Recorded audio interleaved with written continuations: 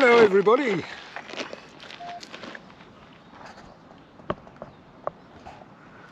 Hello everybody. I've just been out on this bullet. You've all seen it before. This is the shinier one of the two. The reason I'm making this video is the videos that I made about the Royal Enfield diesel bullets got quite a bit of interest. Not a huge amount of interest, but enough. So I thought, well, I'd share with you what I know about them. Which means putting up some pictures. I'll put some pictures up as we go. Now, why were they made? What were they about? How did they come about? Who was the pioneer in it? And just general stuff about them, really.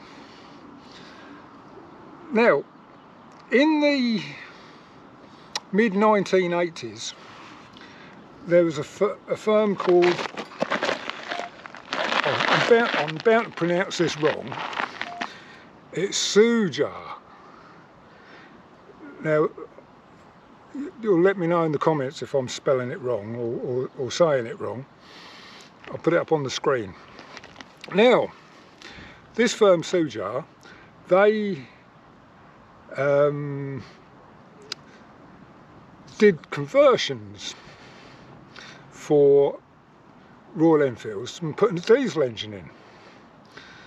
Now, the reason they did that is because in the mid-1980s, the price of diesel in India was half the price of petrol. And bearing in mind that the average wage in India was about £1,600 a year, which is not a huge amount of money. So they had to make their money go as far as possible with the fuel that they could afford to buy. Well, obviously at half price, diesel was the thing to have, wasn't it? So Sujar, everybody said, oh well, it's just a bullet with a diesel engine in it. Well, no, it's not. It did have quite a lot of Royal Enfield bits on it. I mean, the front forks were Royal Enfield bullet, the wheels were Royal Enfield bullet, the gearbox was Royal Enfield bullet. It was an Albion gearbox, 4-speed, and but it was their own frame. They made their own frame and their own petrol tanks and side panels and all the rest of it. So it's quite different. Well, they start to take off. Not literally, but I mean they did start to take off on sales. They'd obviously priced it right, and you could either go and have your bullet converted. Well, you could in the beginning, but people were buying the whole bike in the end, which was their own frame. So here's a picture of one now. You can see it looks very similar to a bullet, but if you look at it closely, you can see that it's not. Now, the engines they were using were Greavves Cotton, as in Greavves over here and Cotton over here, both motorcycle manufacturers. Bert Greavves was down in Thundersley in Essex, and Cotton were up in the Midlands somewhere. And they were fiercely competitive in their own ways, because they were both producing the same sort of bikes for scrambling off-road stuff. So they did actually work together. Well, it was their ancestors that formed a conglomeration in India in 1890, and I think they got this company together in 1920, something like that.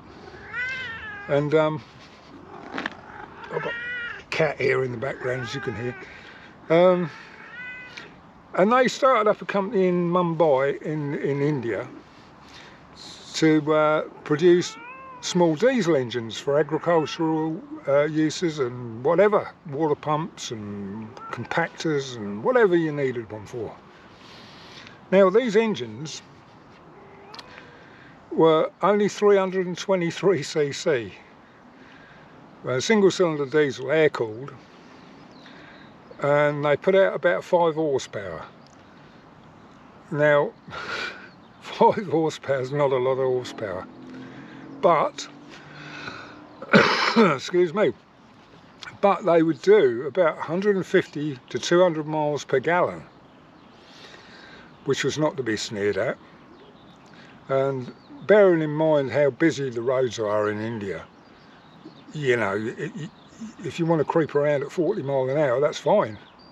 Anyway, they took off and sales were quite strong, and Royal Enfield took notice of them and thought, we'll have some of that. So they brought out their own version of the diesel, but still using the same engine, Greavves Cotton engine, and their model was called the Taurus, and they sold quite well, but they didn't bring it out until the late 1990s, and they ended production in the early 2000s. I think 2000, I think, because of the emissions. I mean, they did belch out a fair old bit of smoke, and they're highly prized in India still.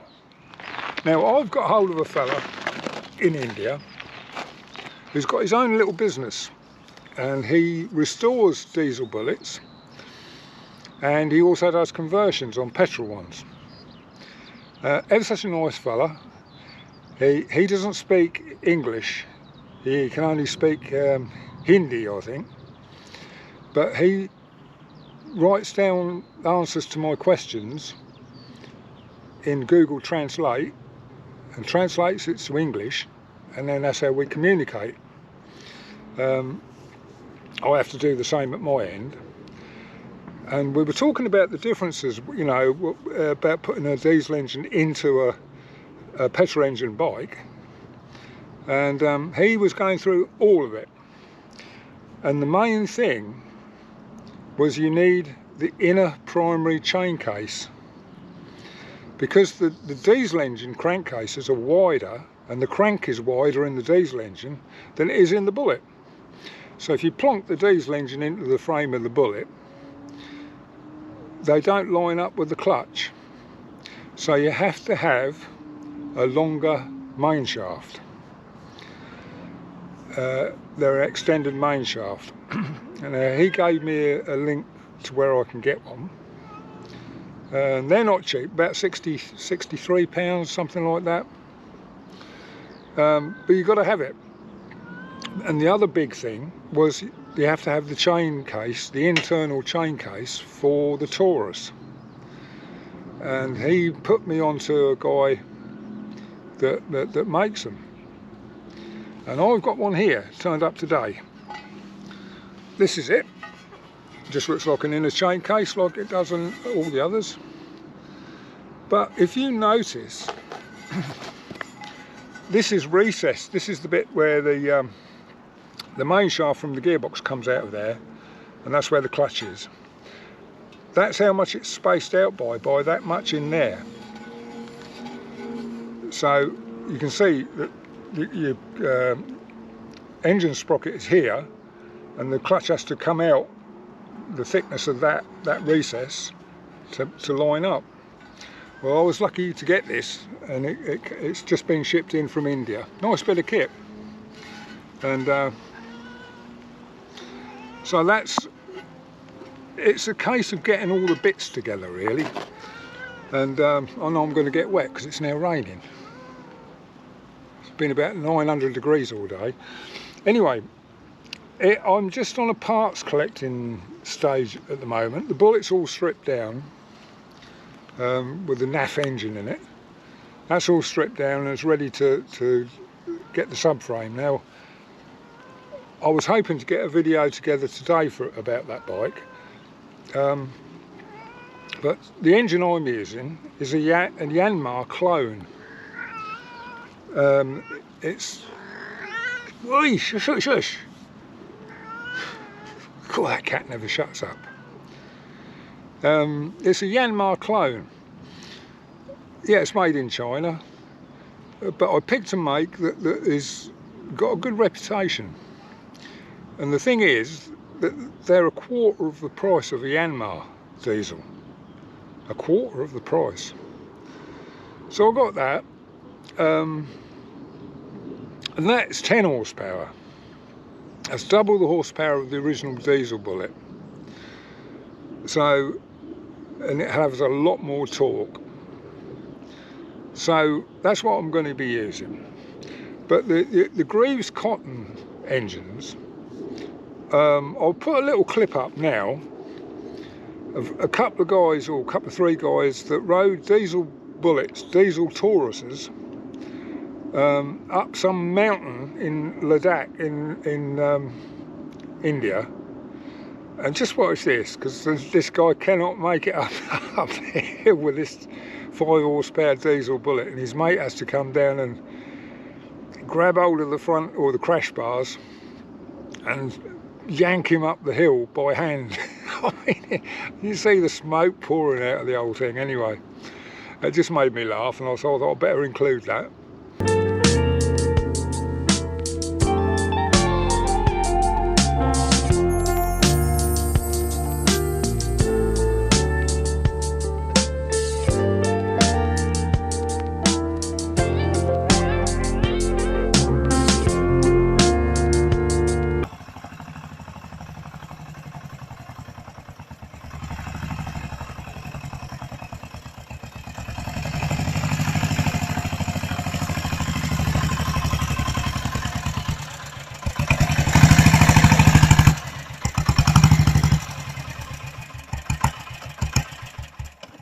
So yes, this is the really tough 4 kilometers after. Yeah, they weren't really fit for purpose, really. I mean, you know, on the flat. I watched another video. I was going to put that up as well, but it's quite a short video, and I'd have to use all of it. And that was a guy on a Taurus, and he was drag racing it on the road. Right, he'd pull up on the side of the road and then go for it. And 0 to 40 miles an hour in 37 seconds. 37 seconds. I mean, you could do that on a push bike, couldn't you? So anyway, yeah, so that's the story really about the diesel Bullets, really. The Soonjar, or Soon, I can't remember what it's called now, they're really sought after now, because they didn't make that many. And the Taurus, they must have made a few, but I've got this cat, he just will not leave me alone. There he is.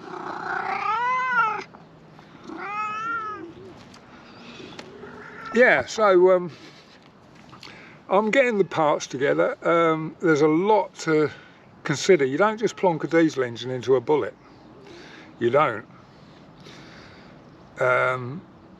It has to be spaced exactly right, and obviously the centre of the crank of the diesel engine has got to be in exactly the same spot as the centre of the crank in the Bullet engine. Otherwise you won't get the chain cases on. So it all has to be calculated and worked in and measured.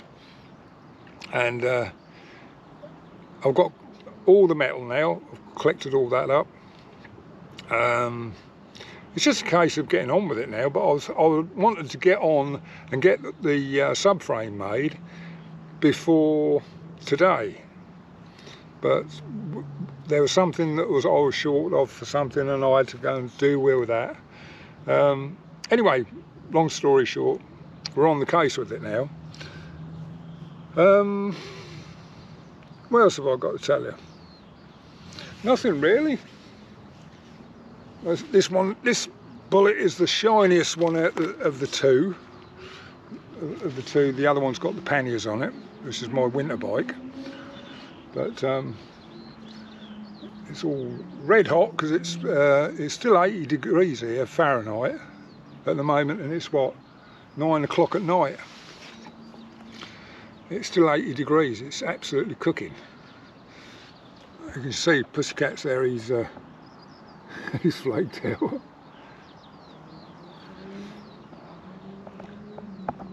So we should be getting on with the bullet this weekend. I'll get a video out about it as soon as I can. So am I nuts? Why do I want the diesel bullet? Well, I've got an Enfield with a knackered engine, and it costs more. It's going to cost more to do the engine up than it was to buy the diesel engine. And the other thing is the novelty of it, really. I like things a bit different, you know. And they just sip diesel. I mean, I know the diesel's quite high priced at the moment, but it is coming down. But if it's 180 a litre, who cares if you're going to get 200 miles the gallon out of it, 150, 200 miles the gallon out of it? Does it matter? I don't think it does it? But it's got about the same amount of torque in the diesel engine as the 500 petrol, so it should go quite well. I'll gear it accordingly, obviously. So I just thought I'd better make a video of something or other, otherwise you think I've carked it again. Yes, I have lost a load of hair. I just couldn't stick it any longer, and the whiskers and everything, they all had to come off because the temperature is just cooking today. I took the other bullet this morning. I was going to go at 8 o'clock this morning. I'd have gone pick something up, and it didn't arrive until just gone lunchtime, and that's the hottest part of the day. And I had to take the other bullet, and it was absolutely baking. You couldn't touch the cylinder or the head or the oil tank. The oil tank, that's the hottest I've ever seen an oil tank. It was absolutely cooking, and it never missed a beat. But then again, it's, you know, Indians have some, in India they have some wild summers, don't they? So anyway, that's it really. I'll bring another video out as soon as I've got somewhere further down the line with the diesel Enfield. That's my project of the moment, if other things don't keep getting in the way. So we'll see where we're going to go with that. I know where we're going to go with it. It's going to go in, and as simple as that. I've got a bit of work to do on the frame. I have, because it's a copy of the Yanmar engine, I have to modify the front frame tube. There's no way around it. Not if I want to keep the electric start, and I don't fancy kicking a diesel all over every time. You know, it came with electric start, so why not use it? But the down tube of the front down tube of the frame doesn't clear the starter motor, so it just has to be shortened very slightly, and then all my subframe bolts to it. It's fairly substantial metal because the engine's got a mount on it. It's 10mm, and the support bars they're 10mm by 40, so it's all heavy duty stuff. But this is all recommended from the guy in India that does it for a living. And he's linked me to some of his videos that I can actually see what they've done for the subframe. It's quite straightforward, but each one has to be custom made for each bike. So I've taken a few ideas from him and used a few of my own ideas, and we'll carry on from there. Right, that's enough of all this nonsense now. I'll see you on the next one. Bye bye.